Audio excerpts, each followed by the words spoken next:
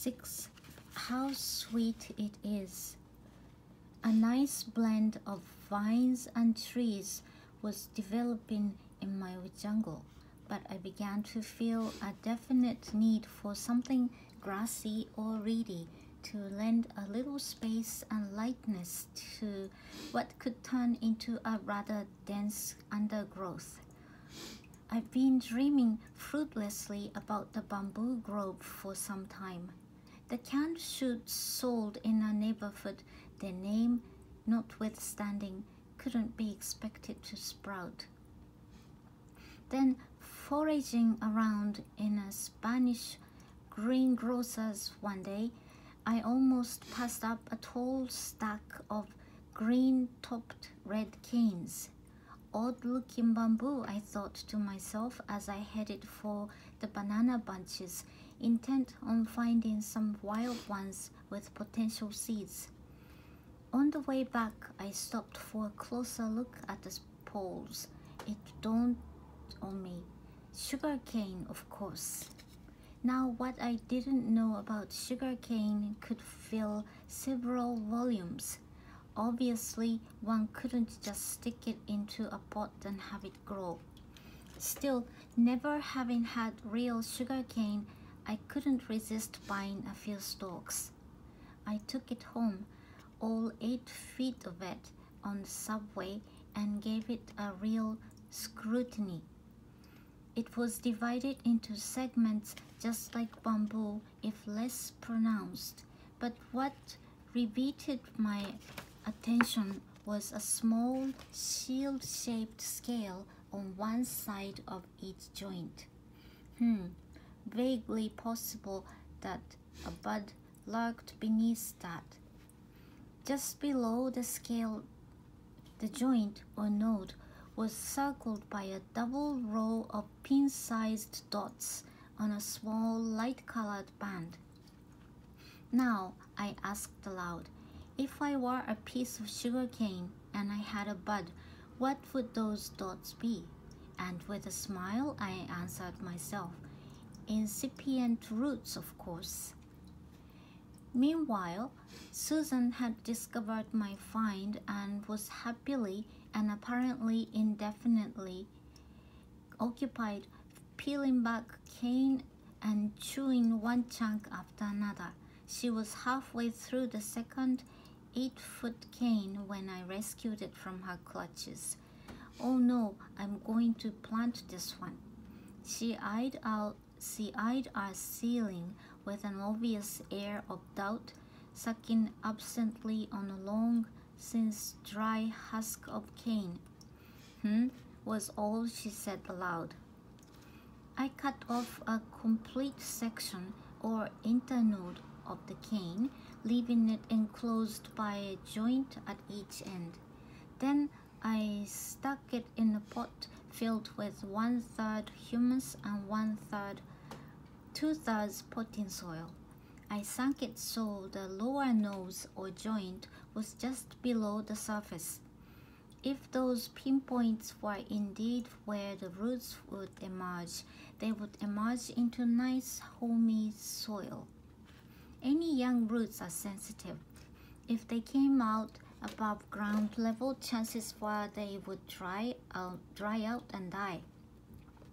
I did scratch back the surface right around the shield, just so I could see if anything was happening. Then I had another thought. Since the cane was a sliced off section, it might become dehydrated. Borrowing a candle from the dining room table, I dripped wax onto the top until it was sealed off. At morning inspection the next day, the shield seemed to be distinctly bigger. I called Susan over. She looked at it dutifully, shook her head, and went back to the kitchen. Next to my breakfast coffee was a large bowl of sugar cubes labeled just in case. Some people have no faith, I grumbled, putting 4 lumps into my coffee by mistake. I drank it anyhow. Next day, The shield was definitely larger. There was no denying it, but I refrained from comment. A week later, the shield parted from the stalk, and the bud itself poked its head out from under it. I had sugarcane growing in my window. The ancients must have had a pretty sweet life even without suckling, or perhaps I should say with it. Sugar cane belongs to the genus Saccharum and has been under cultivation in India since as early as 400 BC. Even in those days, it was milled and made into sugar by a simple process of heating and drying, still in use in lesser developed areas today. From India, sugarcane was carried to China, Arabia, and southern Europe and the Mediterranean. In the early 1400s, it was introduced into the Azores and Madeira, where it did so well as cash crop, that is, one sold for profit rather than being consumed by the grower, that it entirely eliminated the southern European industry. Here Columbus enters the horticultural picture once more. He took some with him on his second voyage to Hispaniola. From there it spread rapidly to Cuba and Puerto Rico, then to Mexico, and on down to Peru and Brazil. The sugarcane that made its way throughout South America, however, was rather thin and anemic compared with today's variety. Modern sugarcane originally came from the South Seas, most probably New Guinea. Captain Bligh sailed with a cargo of Saccharum officinarum, the official sugarcane of today's industry, from Tahiti on his 1791 voyage. Apparently, even the cargo hold of sugarcane didn't sweeten him enough for the crew, since they told him to go row his own boat. But that was after he had delivered the cane to Jamaica. Its superior quality was undeniably evidenced by the fact that it was much thicker, containing more raw sugar. It soon replaced all other varieties. The fact that he had taken aboard whole cane intrigued me. Why not just seeds?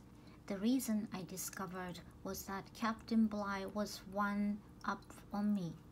True sugarcane seeds are never used for planting. For one thing, they grow very slowly. For another, the seeds are heterogeneous.